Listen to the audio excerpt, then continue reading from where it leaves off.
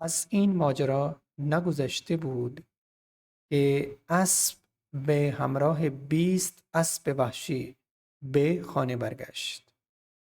هنوز یک ہفته is an ماجرا نگذشته بود. ہنوز کا مطلب ہوتا ہے ابھی. ایک ہفتے از این ماجرا نہ گزشتے بود، اس واقعے کو ایک ہفتہ نہیں گزرا تھا. ماجرا واقع نہ گزشتے بود، ایک ہفتہ بھی اس واقعے کو نہیں گزرا تھا کہ اسب بے ہمراہ 20 اسب وحشی بے خانے برگشت. ایک گھوڑا، اسب گھوڑا، 20 وحشی گھوڑوں کو لے کر واپس اپنے گھر آیا.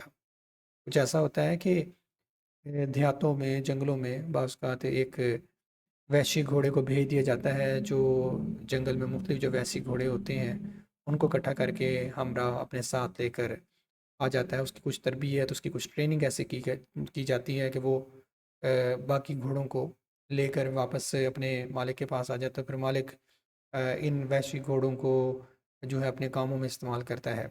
اسی طرح ایک گھوڑا 20 سے وحشی گھوڑوں کو لے کر واپس اپنے مالک کے گھر پہنچا، اور جب وہ پہنچا تو لکھا ہے این بار همسایه‌ها برای تبریک نزد پیر مرد اومدند. جب وہ آیا تو جو ہمسائے تھے اس شخص کے، وہ مبارکباد دینے کے لیے اس بوڑھے شخص کے گھر آئے اور کہا عجب اقبال بلندی داشتی، کیا تمہاری خوش قسمتی تھی، بہت ہی اچھی قسمت تم نے پائی ہے کہ اسبت بے ہمراہ 20 اسب دیگر بے خانے برگشت، کہ تمہارا گھوڑا 20 گھوڑے لے کر واپس گھر آیا. کیا ہی خوش قسمت ہے، تمہاری کتنی بڑی خوش قسمتی ہے کہ تمہارا ایک گھوڑے نے 20 گھوڑے شکار کیے ہیں اور اب تمہارے پاس 20 گھوڑے ہو گئے ہیں جن سے تم کام لوگے. پھر مرد گفت، اس بوڑھے شخص نے کہا از کجا می دانید که این اسب شانسی من بوده یا از بد شانسیم. اس نے ان ہمسایوں کو کہا کہ یہ تمہیں کیسے معلوم ہے، تم کیسے یہ جانتے ہو کہ یہ میری خوش نصیبی ہے، خوش بختی ہے یا میری بد نصیبی ہے، تمہیں کیسے پتا؟ فردای آن روز پسر پیرمرد از اسب وحشی زمین خورد و پایش شکست. فردای اون روز، اس دن کے اگلے والے دن، یعنی اگلے دن کیا ہوا، پسر پیرمرد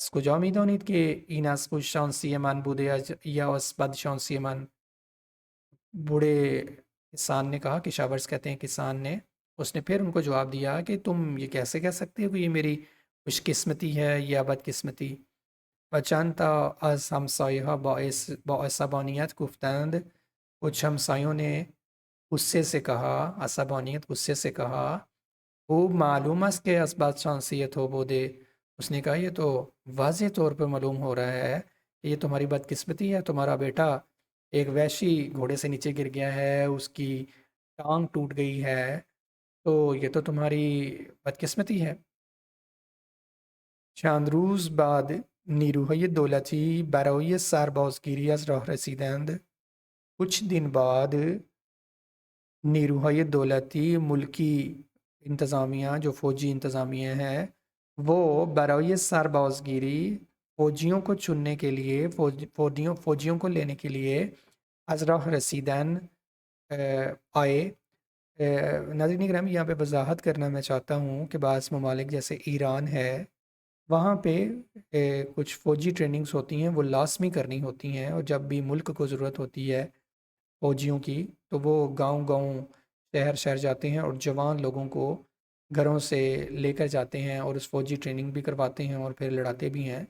تو یہی لکھا ہوا ہے کہ کچھ دن بعد جو فوجی انتظامیہ ہے وہ سربازگیری یعنی فوجیوں کو لینے کے لیے اس گاؤں میں پہنچی۔ وہ امام جوانان سالم را برای جنگ در سرزمینی دوردست با خود بردند۔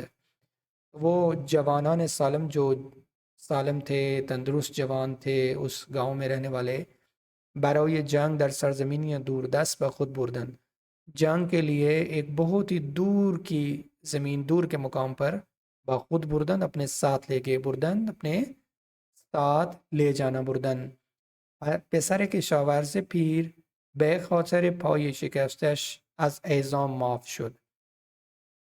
اس کسان کا بیٹا صرف اس وجہ سے کہ اس کی ٹانگ ٹوٹی ہوئی تھی، از اعزام معاف شد، اس فوجی خدمت کے لیے، اس لڑائی میں حصہ لینے کے لیے، جنگ کے لیے معاف شد، اس کو معاف کر دیا گیا کیونکہ اس کی ٹانگ ٹوٹی ہوئی تھی۔